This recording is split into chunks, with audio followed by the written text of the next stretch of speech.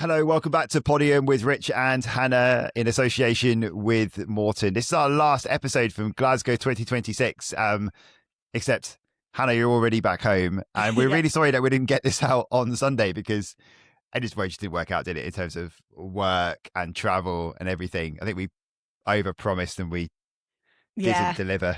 I think it was like when did you say you did message it about 6 p.m, didn't you, saying I don't think tomorrow's realistic. And I was like, yeah, good shout. Because I didn't have to be up super early to work yesterday. So I was like, I'm going to get up like unnecessarily early, kick Luke out the room. He's been like walking around the lake by our hotel, which he didn't mind, but I was also like, it's a bit naff. But then I ended up on air till I didn't finish till 11:45 on Saturday night because there's so many protests over the men's 4x1. And then the work I was doing is for the host broadcast for the Commonwealth Games, and they just got like a default setting that we had to do every medal ceremony, and if there's you just have to stay on to the end. And me, Tim Hutchings, and Danny Crates, I think probably. Well, we're close to ending our careers because we were on air for 90 minutes and there's only so much you can talk about in 90 minutes without putting your foot in it, but hopefully it didn't really go out anywhere because, it turned into a bit of a talk show over the top of an empty track, which was painful for everyone involved, I'm sure. Yeah, I don't think it would have gone out anywhere really, or not that many places, because to my understanding, like your feed was kind of out on what was called the Games channel, which is what I was working on, which is like a produced feed that takes you around the best of the games. And I'm fairly sure like an hour and a half of you guys just chatting does not constitute the best of the games.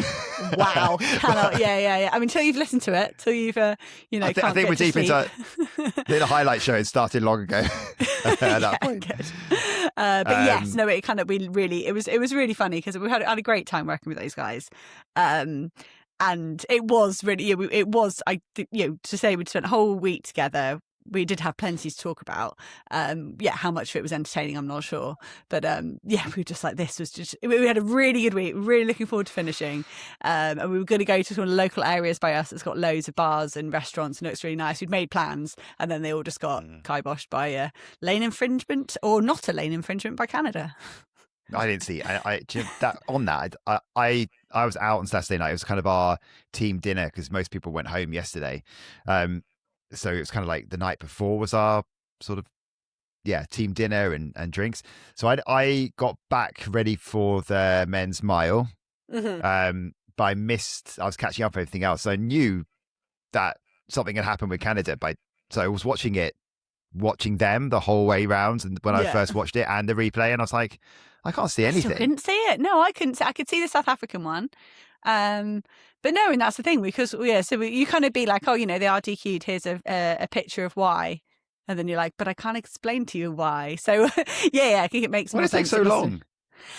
But, appeals and counter appeals, I think, because they were out. And then Canada would have appealed themselves back in, and then Ghana would have, and maybe Nigeria would have done the counter. Each one of those appeals, if you actually think it was a 90-minute delay, 2 appeals in 90 minutes is actually quite efficient, really. For a team to write one, submit it, it'd be reviewed by the panel, them tell the teams the answer, and then Canada launch a counter appeal. I'm sure they were getting it ready as such, but it's a 3-hour delay though, isn't it? Because if you think about if you're off, true. That was quite early in the program.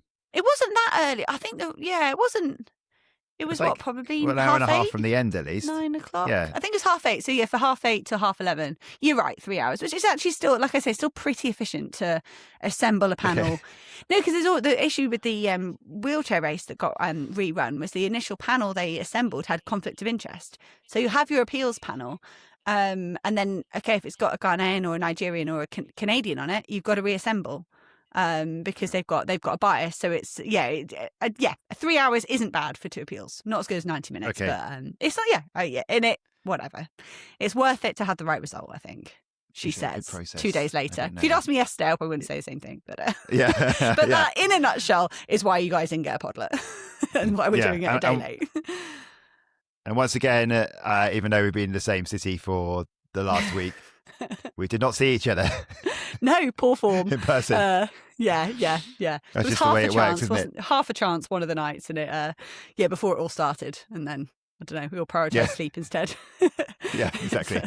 It's like I like you, but not as much as sleep. No. Yeah. It's mutual, guys. That's fair. It's fine. It's absolutely fair. Yeah, no, exactly. Yeah. It's like you like me, but not as much as enough sleep to get a run in. Yeah. Yeah. Yeah, I haven't got a run in today. I prioritize sleep today over a 2 a.m. after a 2 a.m. finish. I am all over the place this morning, I've got to say. Yeah. Really, let's see how this podcast goes. We have to start with talking about Josh Kerr. We do. Obviously, so you got back to see that live? You got back to see that live? How did your colleagues take that you were like, this like kind of closing team thing is ongoing, but I'm going home to watch the mile? Did you get teased? No, I don't think. Well, I think they're kind of like, oh, of course, because I think by the end they know me well enough by the end of these games to know that I probably was going to prioritize that. How many kind of coffee breaks did you spend talking about what was going to happen in the men's 15? Hey, anybody want to debate the men's 15 with me? And they're like, not again. Yeah. Mile. I think it helps actually. So I think in some ways, because there were some situations where in the schedule for this game channel we were going to go away from the athletics, and I was always making a case why we shouldn't. But also sometimes I was making a case of why we should go away from the athletics. It's like was it the morning where it was just decathlon, and I was saying you do not want to sit on this. There's plenty of other stuff going on. You were texting me. There was a morning when there were like 200 meter heats as well, and you were like, my instinct is there's not going to be much here. You were like double, and I was like, no, I should be advocating for athletics to be on every highlight all the time, and I do. But I was like, no, you're right. Like, it was like that. But sometimes you just have to go to the bowls, Sometimes you do. Yeah, it's a crucial moment. That's been, not great. I quite like curling, I quite like watching curling at the Winter Olympics. Bowls doesn't quite have that same. They try and effect. I think they're trying to get on the hype of curling, though, aren't they? They're trying to claim they're the summer curling. When they're not quite.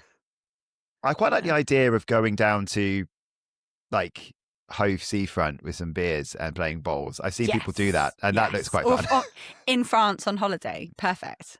It's got to be done. Or pétanque. Yeah. But back to mile running because. Oh yeah, sorry. So this podcast is going to be a bit of a hybrid, I guess. It will be sort of pod politiques. We haven't wrapped up day 6 yet, and maybe with some of our reflections on the Commonwealth Games as a whole. Yeah. So Josh Kerr, then. I mean, also we're doing this 2 days on, and a lot has been said already. But okay, go on then. You coming in, watching it. What did you make of it? It was such a messy race. Yeah, because I've watched a bazillion championship 1500 meter races, British champs level, international level, like all of that. But that was one of the most kind of typical. Yeah, if you were going to write like a caricature of men's 1500 meter championship race, like that would be it. Yeah, have we really gone over to the boxing, or is it? Or is this a mile race? True. Yeah. I mean, it's mad, wasn't it? Because it was so physical. There was that point where Tom Keane was literally pushed off the track, wasn't he? Yeah, and Chariot was as well. Timothy Chariot spent a bit on the inside as well.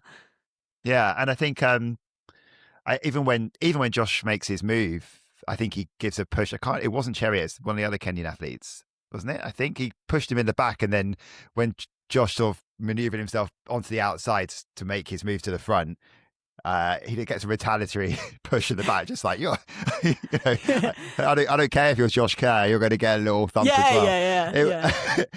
It was messy, but I loved it. Like it was because the scrappiness of it is what makes that so exciting. It's never about the times in races like that for me. I sort of go out the window. It doesn't really matter, does it?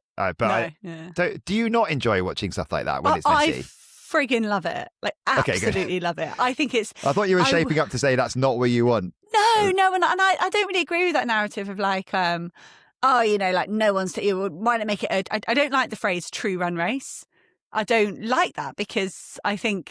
So what you're saying, it's not a true run race. There's still the same 12 people running, 13 running the same distance. Like I absolutely loved it.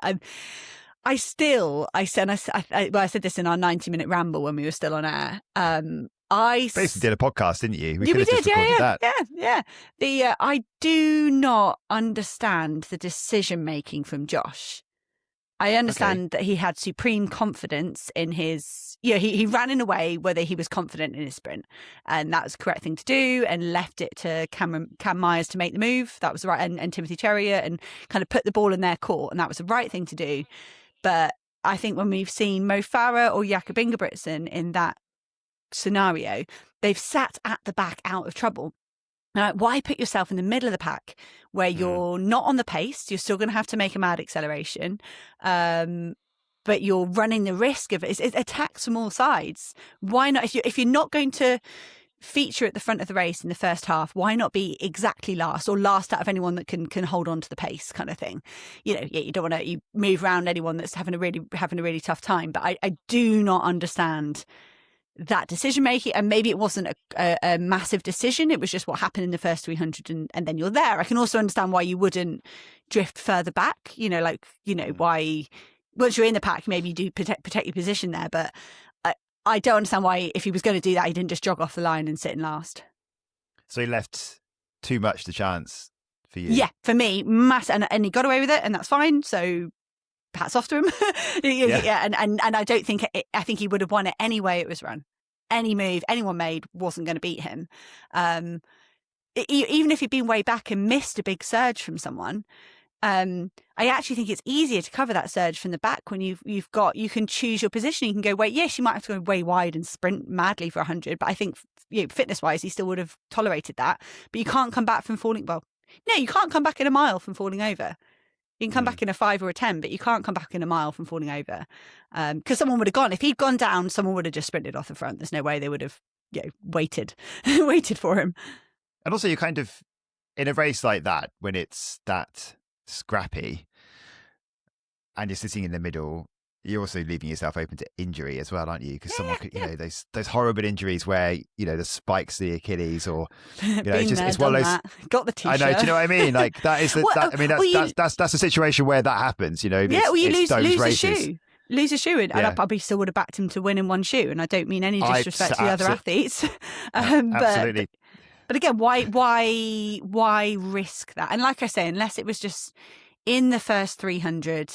That's where he ended up, and then you just deal with it. You don't second guess yourself. You just deal with the fact, but yeah, it was wild, and yeah, I think I don't get if that was a conscious decision. I don't get why he did it, but it doesn't matter because he won. He won. But it doesn't matter. He did it. Yeah, 52-1 his last 400, which is disgusting. I think faster than the first 400 of the men's 800, which was quite fun. But yeah, very fast close. Would you have liked him then to have sat at the back or led from the front? Which one would you have preferred? I don't care. Whichever one he wanted. Okay. I think. No? No, I wasn't. just one of them. Just one of them. Like Georgia. Yeah, Georgia Hunter-Bell led the 800. I think she would have preferred Shafika Maloney or Lillian Adira or someone like that to set the pace. She was saying at the end. Yeah, she said it. I mean, I didn't realise when we did the pod, I looked back at the quotes and she said, that wasn't really what I wanted to do, to be honest. She said Hannah's going to trash me on the no,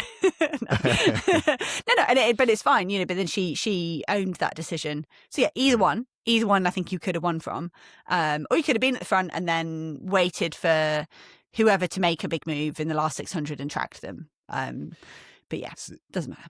So he said doing a championship race is a nice clean of the palate, using your brain instead of your body, but you're basically saying he didn't use his brain. Yeah. I mean, maybe he didn't know, he just worked it on double time. Maybe he wanted like a double. If I'm only going to do one chance, I want a real challenge. I'm glad you said palate, because in your notes it says clean of the palace. And it does say that, yeah. I was like, that's a really. Does he have a palace? I'm like, I know he's done well for himself. But, just for how he's been, just having a clean of the palace is just how he's been using his time in the last 2 weeks. Since that's how I've spent my last 2 weeks. Yeah, cleaning my palace. Palette makes more sense. But he actually made it look really easy in the last 300 meters, didn't he? Yeah. And it's a shame. It's a shame about Jake Wightman that he couldn't stick with it. It's obvious he's dealing with a few niggles. I mean, his social media post said as much, and now he said it. I think I could say, I bumped into him and he said, there have been some some issues. Like, he's not 100%. He wasn't worried about it, but there's obviously been something, like he said it in the post, hasn't he? That there's just a few niggles. So I think it's just hopefully he can get it right then, because he's only, since the end of the race, it's just over a week, isn't it, until the European start. I can't remember how the schedule looks. Hopefully he had a disruption and now he's back. Yes. But you never know. It's always risky, kind of putting yourself in a flat out effort like that in the final might re-aggravate things if there have been some issues since Monaco. But if he is back fully fit, and then it's just you just feel a bit clunky and like just a little bit off. You'll been there when you miss 5 days or 10 days for a niggle or an illness or something. You all feel clunky when you come back running, and that's just like exasperated massively the faster you go, I think. Hopefully so if he is, yeah. Yeah, because exactly. You can look in the positive, can't you? Because you can say, if he's the post says, I didn't even know if I was going to line up. So the fact that he wasn't going to miss this, was he? If he can, the final chance to represent Scotland. Yeah. And it was a shame. And I think, but then I also kind of admire with Jake the courageousness of following that move from Josh Kerr anyway. Because I think you'd be lots of people, if you had disruptions, you'd be forgiven for trying to run for third or second, and but it was kind of to his detriment, I think. Jake, like if you run someone else's kick and don't listen to it, that's what he's been so fantastic at in sort of his best championships, is listening to his own body and executing that last 300. And he almost kind of emotionally reacted to Josh to his own detriment. And I think the others either couldn't or didn't try and match that kick of Josh. And I think that's why the others came through for medal, why Cam Myers and Tim Cheriot held on for the silver and bronze. So they didn't or couldn't match that surge from Josh. Reasons to be excited about Jake Hayward, and I think the comeback has been really impressive. He came fourth, just missed out on the medal, and he's still really building back, isn't he? Yeah. And I think I will avoid going into European champs territory, preview territory. But he's a silver medalist from 2022 in the European champs, and his last full season, he's faster than he was then. And Josh Kerr isn't going to be at the Europeans, so there is plenty to get excited about for Jake Hayward, and I will be getting excited in the next 9 or 10 days. More and more excited till that final. We're going to be doing our European Championships preview near the back end of this week. Yes, I love the vagueness of that. Back end of this week. So, was that any point from midday Wednesday? Yeah, exactly. Before it starts. Yeah, we will have a preview before the action starts on Monday the 10th. Yeah, we are juggling things. Can I go to the long jump? Yeah, go on. Next. Yeah, I love it. Maybe so off. So I just think because that was one of the moments of the games with Jasmine Sawyer's winning 6 meters 93. It's actually not that far off of her PB. But it's a good story because we just come from talking about Jake Hayward. Here's another athlete who had a career-threatening injury, an Achilles rupture for a long jumper is not great. And she's had to fight back for that, and it's been a long process. Actually, she made a decent comeback last year, didn't she? She said she was ahead of schedule, and then she comes on our podcast and sort of talks. She talks so well, obviously, because that's part of her job. The way she's so good basically a content creator as well, So that's kind of that's her thing. So she's so good at just explaining where she's at. She's very open.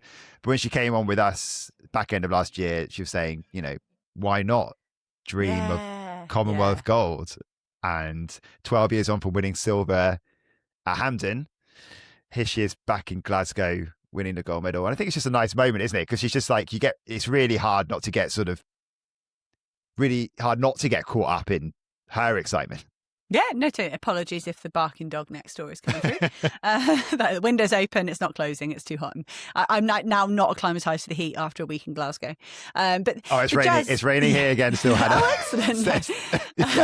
The interview we did with Jazz last autumn, go back and listen to it. It's really good. All still very, very appropriate to listen to. Maybe even more so now when she has realised that goal. I think so too. It's been hard for me hearing her talk then and getting so excited for her, and then the year's not gone well. She couldn't do indoors. She hadn't. Was that when her eye stuff was kicking off? Was that during indoors? She had like one overly dilated pupil, and it was all this. And I think that was the indoors was ruined by that. She's still dealing with that. She seems to be wearing sunglasses the whole time because she's still dealing with something sort of optically. And then we get to outdoors, and there's a hamstring niggle rules are out of the British champs. Calf cramps stop her doing every attempt in London, and you just say, "Oh man, like it's not going to happen." And I was saying to Danny Crates, who I was working with, we were saying how brilliant it was that she won, and I said, "You know what? We'd be as excited if she'd done it in 6:65." That she's beaten everyone that's there. She's got this title that has eluded her for the last 4 Commonwealth Games. But the fact she did it in 9 meters 23, no 6 meters 93. We're all a bit tired. 6:93. Like you say, 7 centimeters below her best. That best was pre-Achilles rupture. Like that's incredible. And we look at Europeans. I won't go into preview territory. But yeah, who's to say? I think she can. Yeah, she can medal at Europeans, and she's got the temperament to win. She's got the championship temperament to deliver.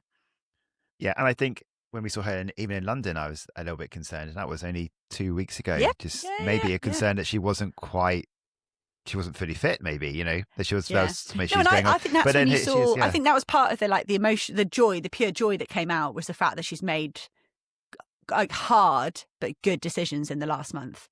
That it was just that look of like, yes, I did pull this off. I was right to take these decisions in the last few weeks, and it's all paid off today. Yeah. Let's get back to the mile. Sorry. Okay. Just trying to delay talking about Australia winning more medals. Yeah, you're right. It's nice to have a little shift over to. They did get bronze in that. They got bronze in the long jump, didn't they? No, they did actually. I think. I liked that story. Just a quick Brooke Bushkull taking last year off to have a baby, and her baby's like 13 months old or something. He was there in the crowd, and she's jumping further than she's jumped for 4 or 5 years. And it seemed like that decision to like refresh her career, kind of seemed like I need to do something different. And she's come back like just as good, which I enjoyed. And another person proving I've got no excuse not to be physically on it at the moment. But hey ho, I can celebrate them. It's not about me. Well, I don't know. We can find you a way back in. I don't know what it's going to be. Yeah, maybe. What sport you? What I was going to say? What sport are you going to insult at the same time as insulting me? Lawn bowls. Lawn bowls. Yeah.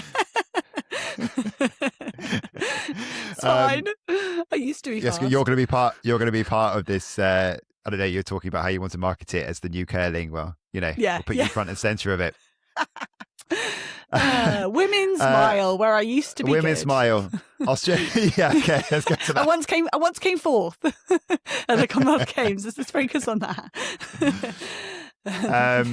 Australia, 1, 2, 3. Yeah. Australia have just taken this so seriously. These games. This is the pinnacle of their year. Not just in athletics, just across a lot of sports.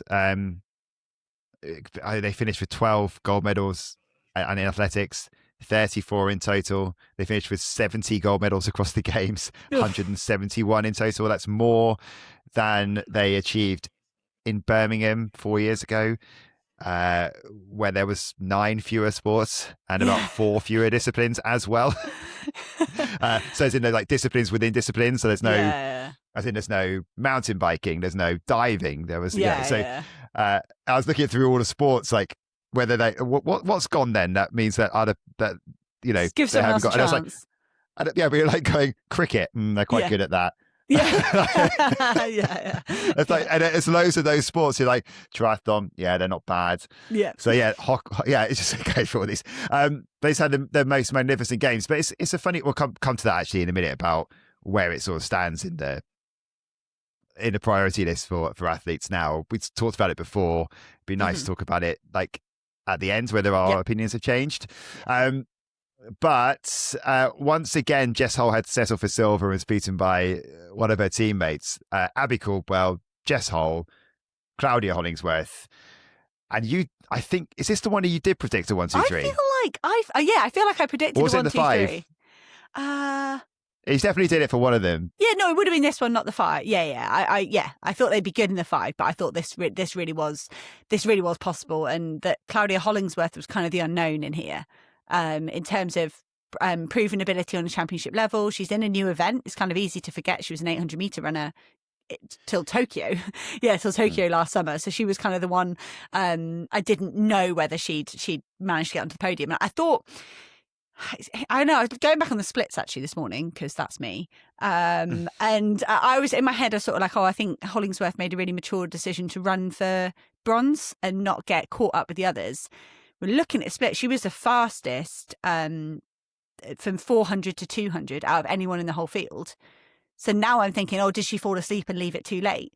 And maybe she was capable of going toe to toe, because she's shown at other points in the season she is capable of being up with Caldwell and Hull. But I was kind of thinking, she had disruptions. Is she not quite as confident or as fit? But now I'm wondering whether she fell asleep a bit. But ultimately, it doesn't matter, because they got a 1, 2, 3.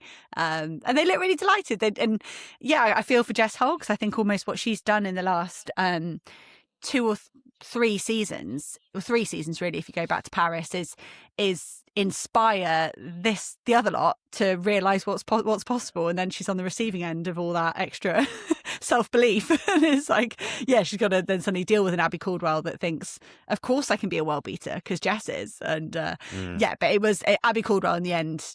Absolute perfection. And I thought it was a brave move by Lucia Stafford of Canada. She ended up in 4th, but she sort of put herself out there, and then it meant that none of the Australians had to make that race-winning move. They could just let her do it, and then have a good old kind of ding-dong over the last 250. Was there quite a lot of happiness in the Luke camp and how Sarah Calvert got on? Yeah, I thought she was, I won't swear, but I thought she was very brave. They were absolutely put herself in there. I think she was disappointed in the end. I think she could have finished higher overall. Potentially she was 7th, but the fact that she was in touching distance of a medal, like brilliant response to the move from Lucia Stafford. She gave herself the chance to do something truly special if it was possible. In the end, a bit vulnerable in the last sort of 100. She was a bit tired, but I thought very, very good. That's her first major champs as well. Ava James, not Ava James, sorry, that's the steeplechaser going in the World Juniors. Ava Lloyd, who is I thought she ran really well for Wales as well. Men's 800 meters, you were talking about whether sort of Claudia Hollingsworth was kind of sleeping on the job a little bit, and Ben Patterson he was taking himself apart in some interviews I heard afterwards, and he was really, really disappointed that he missed a great opportunity. I think he knows he did, because the time was well within his grasp. He said on our podcast when he came on that between 400 and 600 meters is the area that he basically needs to figure out, because he confesses himself, he sort of just goes missing a bit. And I think essentially in his interview, he was saying, I've done it again. Mm-hmm. What am I doing? And he's annoyed at himself. And he's like, I know I didn't do the plan correctly. It was a missed opportunity though, wasn't it, for Ben Patterson? We have to be honest. I'm not sure anyone would have beaten Navaski Anderson. I think he ran a very good race. No, but for a medal. Yeah.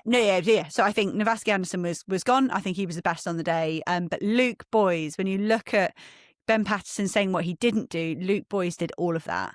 He was never out of the top 3. It was a slow race. He kept himself on the outside of lane 1. There was never any danger he was going to miss anything. He ran perfectly for silver. And then Kinyamal was super vulnerable for the bronze. I think it's a missed opportunity. I think Ben will look at what Luke Boys did and go, I am physically capable of that. I think Bottrell will as well. Say I was capable of running that race, and had I been able to run that race, I would have been a silver or bronze medalist. But word on Bottrell, I think he put himself a lot higher up in the race and made some really positive moves, particularly in that 400 to 600 mark. And he nearly got the gap on the inside. And if you're very English centric about that, I think people feel that Kinyamal drifted in and cut him off, and that he should be the bronze medalist. that would be the certainly the immediate response from the general British people that were around where I was commentating, working for various people. because he almost has to stop before he gets to the line, doesn't he? And it's hard. And I Botterill. think, he had all the momentum. There was Yeah. enough space down the inside of Kinyamal when he started moving. It's much harder to criticise someone for drifting in. And Kinyamal never left lane one. It wasn't a major drift in. But and then the counter argument, if you're a Kenyan, you'd say Botterill should never have put himself in that position anyway. He should have put himself where Luke Boys was, and if he'd done that, if he had the legs to get past Kinyamal, he should have put himself in a better position to do so. But I think he ran. I think that was one of the best races he's ever run. And fifth was brilliant. But it should have been fourth as well because he lost all that momentum and then got caught by Ben on the line. But hey, fire them up for Europeans and unleash them again. Hopefully with Max Bergen if he's healthy. If Max Bergen is fully healthy, then I think he'll be better in with another 9-10 days than he was in Glasgow. But that's preview territory for the Europeans. Yes, okay. You never buzz like beep, beep, beep, beep. The 400 meters was run in the morning session, which I thought was a good idea because then you could actually have. I liked the fact that the mixed 4x4 was at the end, which meant you actually got strong fields at the end rather than all the other championships where you put it at the start, and it's kind of you wondering what the point is because you're never going to run a full team. The men's and women's champions of the 400 meters, both the current NCAA champions. Samuel Agazi afterwards said he wants to become the greatest athlete ever. Nice. Well, I didn't realise how high which is ambitious, he was. But really good. He's fifth all time. I didn't realise he was fifth all time. I knew it's crazy fast. You see, it's just like 43 lowish, and I was like, that's insane. But then it wasn't till Tim did that race, and he sort of read out I was like, whoa, he's fifth all time at like 20. Maybe he can be the greatest. You're thinking like, are you sure? Yeah. I'm like, let's just double check that. There's been a lot of stats flying around, but no, it was. I think he's got every right to claim that. And he didn't look. I thought he was going to be kind of the big contender for the mixed 4x4, but he actually looked quite tired. And his leg was sort of okay for the Nigerians versus Dejani Oakley, who dominated individually in the morning, and then she was the athlete that got the gold medal in the 4x4. I looked it up. I've written it down somewhere. It was like 48. It was 48.8 or 48.7 for Dejani Oakley in the mixed. 48.6. You put it up here, yeah. 48.6. That's very, very, very impressive. And I think, just on. And she was exhausted. Did you see the clips or that? That was maybe when you were still out, and then you whizzed through everything when you came back. But she could not move. Yeah. She couldn't move. It's like everyone trying to pick her up, and she's just like, I'm like, no, that girl's going to throw up any second. She just leave her where she is. And I genuinely got to the point where I was like, I'm not sure she's going to make the medal ceremony. She just looked like absolutely done in. So I think she was very impressive, and I hope she now goes and does the Diamond Leagues for the rest of the season and faces Marilady Paulino, because I don't think they've actually raced yet this season, and I think that would be really interesting. Yeah, she's a huge talent. Reasons to be excited about her and about Agazi as well. Yeah. She's sort of the person that could make me interested in the 400 meters again. Yes, here we go. Pull them back in. Staying with the relays, so Jamaica won the women's 4x100 meters.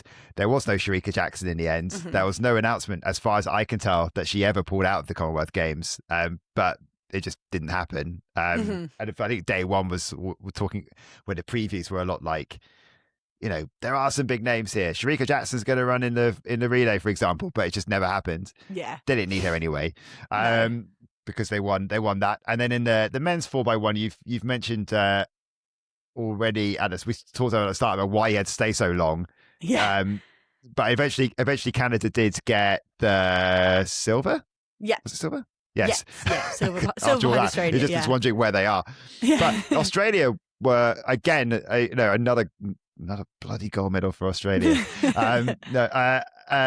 But Lucky Kennedy had just a brilliant games, really, didn't he? I think it's kind of been his international. He's a medalist at a World Indoors, but this is kind of his breakthrough to a wider audience. I think absolutely. Hopefully. And I think and the 985 in the 100, he could have just stopped his week then.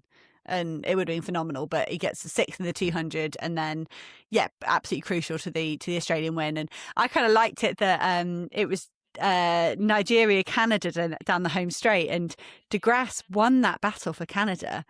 And he was almost like, what? That wasn't it? Like, that wasn't the gold medal sprint? Like, I think he totally missed the Australians out in lane 7. So when it started coming up on the scoreboard, he almost looked like, what's it called in cricket where they do the like check it? They do the T, don't they? I can't remember what it's for. They sort of like look up at the umpire box and they go, no, we'll check that. The DRS. He's like, no, that's you guys have missed something there. Like I won that. And it must be a roller coaster for him, thinking he won it, getting silver, getting DQ'd, getting reinstated. But the Australians had a very easy situation out on. It was lane 7, I think, for them, not lane 8, but they weren't chewed up in any pushing and shoving as well. In the relay for England, this is because we're a British podcast. Let's be a little bit British centric for a second. England came 5th, weren't really in contention. They had a few dodgy moments again, I guess. We need to figure out the baton exchange. It's not quite, for some reason it's not quite working all the time, but like in terms of speed as well, it's not being quite as competitive. As you look at that team for the Euros, Rommel Glave's going to be in it. Nathaniel Mitchell-Blake might be. He's a relay stalwart that's been brought back into the mix, and he's going to be in Birmingham. You've got doubts around the fitness of Zarnell Hughes. Obviously, Azu can come into the lineup. He's there for Wales at these games. So we don't know about Zarnell Hughes' fitness. We don't know about Louis Hinchliffe's fitness because he had to pull out of the Commonwealth Games. It's a bit concerning, isn't it? It is, and you can use a slight argument that the English quartet wouldn't have been well drilled. You're at a disadvantage to these other nations that are with their national squads that they are in the whole time. So we have got a disadvantage there in terms of time to practice relay changeovers. But yes, then you make the point, absolute overall speed. People, we haven't really got, when we look towards that Europeans, I think if everyone's healthy, then we should have 3 finalists. But we don't know if they are. And if Azu, Hughes and Hinchliffe aren't, Azu's not going individually. In the Europeans, it's going to be Rommel Glave. So if we can get Glave, Hughes and Hinchliffe into the final, then we're fine. We're back laughing. Those are our well-drilled, kind of well-acquainted 4x1s. But if they're not healthy, then we've got a real gap between those guys, I think, and the rest of the men that are available. Apology, I don't mean that in an insulting way. I think, but it is going to be tough. Yeah, and other teams are sort of greater than the sum of their parts, really, and they come together as a team, and they are incredible. Like we've seen, like those really well drilled teams, and unfortunately, just with the way things are working, we can't really put ourselves. We're not that at the moment. But then so we can't neither hang on that. Yeah, neither were the Jamaican men. They were down in 6th, and that's a nation you'd expect to absolutely wipe the floor, or at least medal. And so luckily they don't have to be exposed again until World Champs next year. Whereas we've got to try and put it together in a fortnight. But they didn't do so well either. Yeah. And if in the women's race, England were 5th in that one as well, and that's a much different. I mean, I think but that was if we're honest, it's only going to be Success Edouin. Yeah.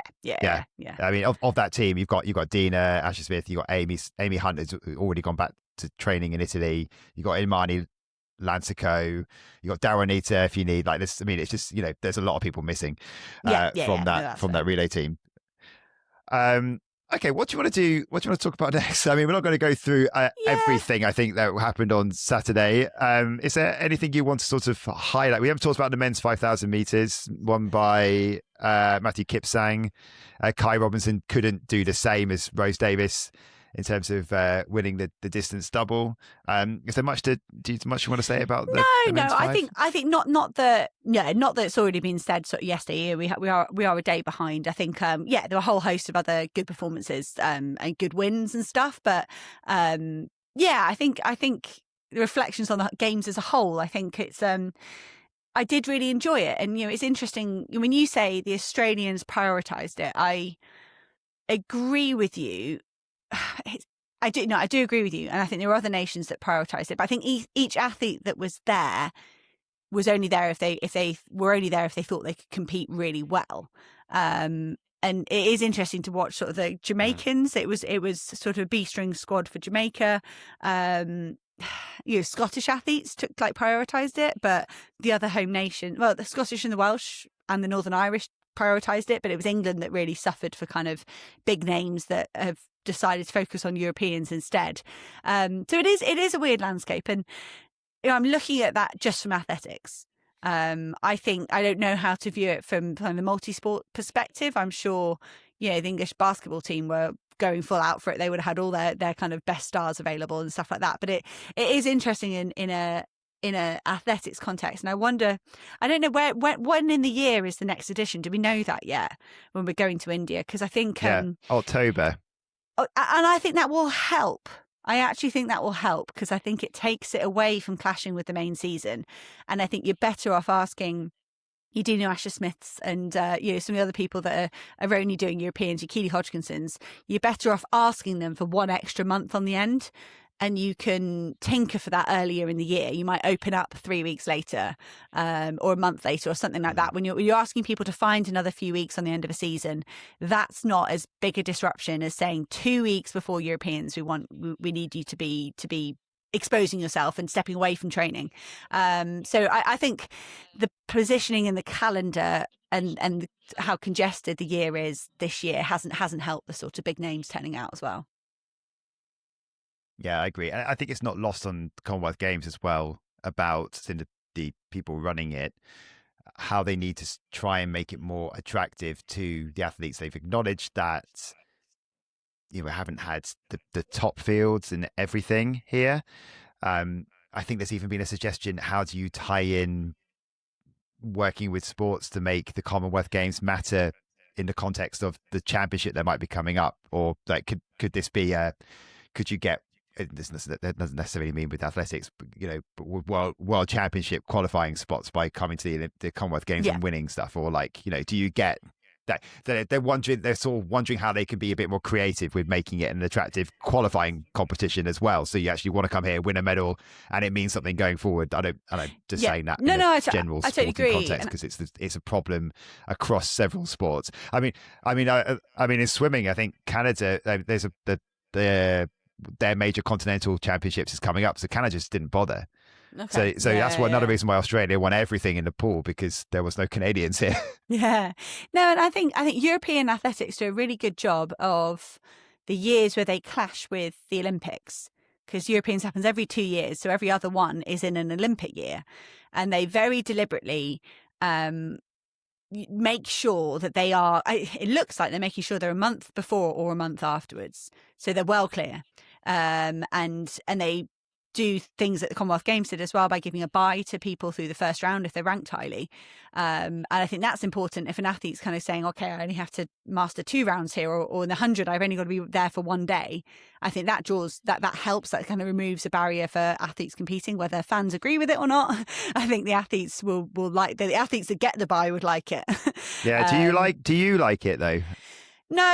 No, I think, you look at Tori Lewis picking up a bronze in her 3rd race up against 2 people that only ran 2 races. It doesn't, I don't know, feel like she should have got a 5-meter head start or something. It's not, I don't like it, but then I do like it in the Europeans in Olympic year. If they're going to have the Europeans before the Olympics, I think you kind of just need to, it came in, we always called it the Daphne Skipper's rule, because it came in Amsterdam in 2016 to make sure she competed even though Rio was coming up.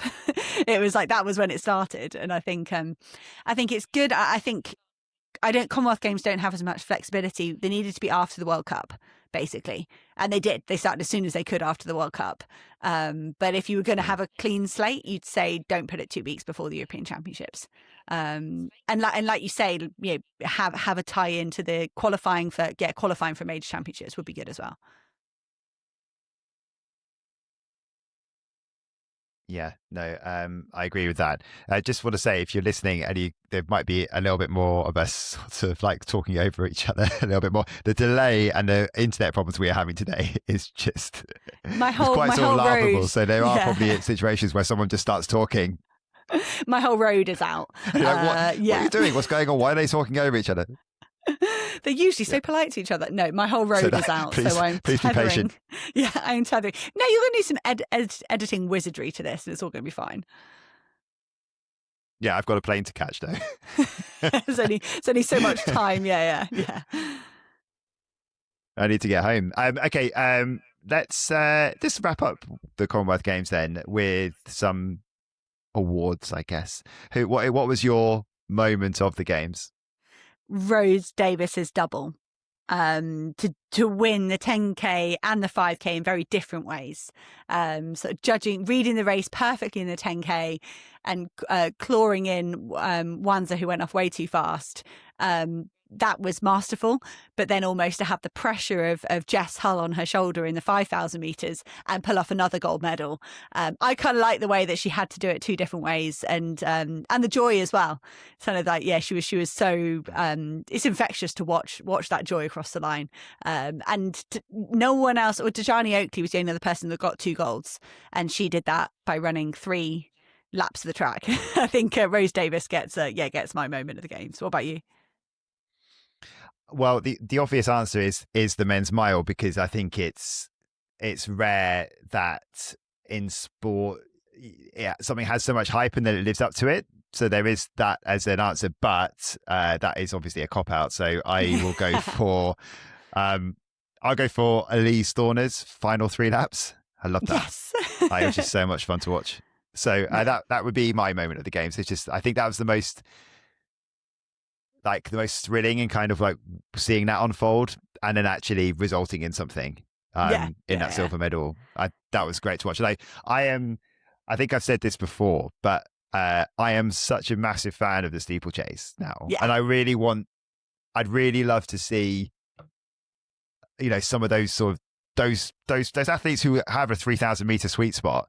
I'd really like, who are strong indoors. I'd really love to see them do steeplechase. I'd really love to see like a stronger depth of fields in the steeple. It's great fun. I remember watching this when I was a kid, and when I was getting into athletics, I couldn't stand the distances, the distance events. Steeplechase was the one I would be like my, when this is like when I was a young teenager, I think, but steeplechase is the one where I'd walk away and come back to.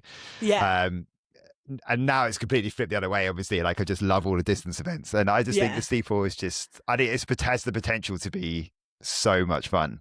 No, it really I'd love to see, like, when like Jakob Ingebrigtsen starts floating ideas that he might go to it one day. You're like, yeah, come on, mate. Get involved. More excited about that than Faith Kipyegon saying she might run a marathon? Oh, that's a good question. No, maybe not. Don't be silly. Don't be silly. All right, go on then. What was your biggest surprise of the champs? Did you expect Emmanuel Esime to win in 9:83? No, I'd forgotten about that. Mine was a bit tamer. I was going to go Eliza McCartney. In the rain. In the absolutely pissing rain. Yeah, mine was Eliza McCartney beating Nina Kennedy in the pole vault. But now you say it, that whole men's 100 just being so much faster than the conditions would have led you to believe. And I got overexcited. I was like, well, if that's what we're seeing in the 100, what are we going to see in the 2? What are we going to see in the 4? And then, like I said in one of our podlets, I think it just got a bit cold later in the week, where it was actually pretty warm in the first couple of days. But you're right, Manuel Eseme 9:83. That was not on my radar at all. Well, I kept saying Kayan Solo Jai is going to win. I was like, he's going to absolutely walk it because he's got 3 Diamond League wins in a row, and instead he's down in 3rd. It just shows the difference as well in championships and rounds, doesn't it? I mean, it's one of those points that's made a lot, but it makes a big difference. And it's because not just the races in your legs and navigating those rounds, it's also momentum, isn't it? Like that definitely plays such a big part. Feelings, like just how you feel, that can add so many more chances for you to win. Okay, and then your MVP? Josh Kerr, for being Scottish, for prioritising this, alongside his world record attempt, and then turning up and soaking up every moment of it. Yeah, I'm not surprised. I think it was very natural for him. It wasn't a forced narrative at all. It was very natural for him. But what he did for the games and the spotlight he brought onto the games, I think was really important, both for this games and kind of going forward. Mine's Rose Davis. Yeah. So we kind of, but yeah, I just think that's history. That no one had ever done it before. No woman had ever done it before, the 5 and 10,000 meters. And just masterful. Like the way she executed both of those races was amazing. So I think you have to go with, I'd have to go with her. But I agree about Josh Kerr. I mean, it's, again, they're obvious answers, aren't they? You kind of don't want to give them. He really made the most of this opportunity to race in front of a home crowd in a championship race. And he spent ages with taking selfies and signing autographs and making sure that he could sort of leave his mark on the night properly, like not just the win, but to make sure that everyone felt a part of it. I think that's great that he did that. I hope he did some of that for himself as well, as, you know, feeling like he needs to give something back. I'm sure he enjoyed it. But yeah, I agree. I mean, he's got one more task left, hasn't he? He's got to try and find, what do you do in that sort of 4-5 weeks between a championship and another one? If you think about the ultimates, what does he, I don't know. How do you, I think he just has, I think he gives himself have some downtime?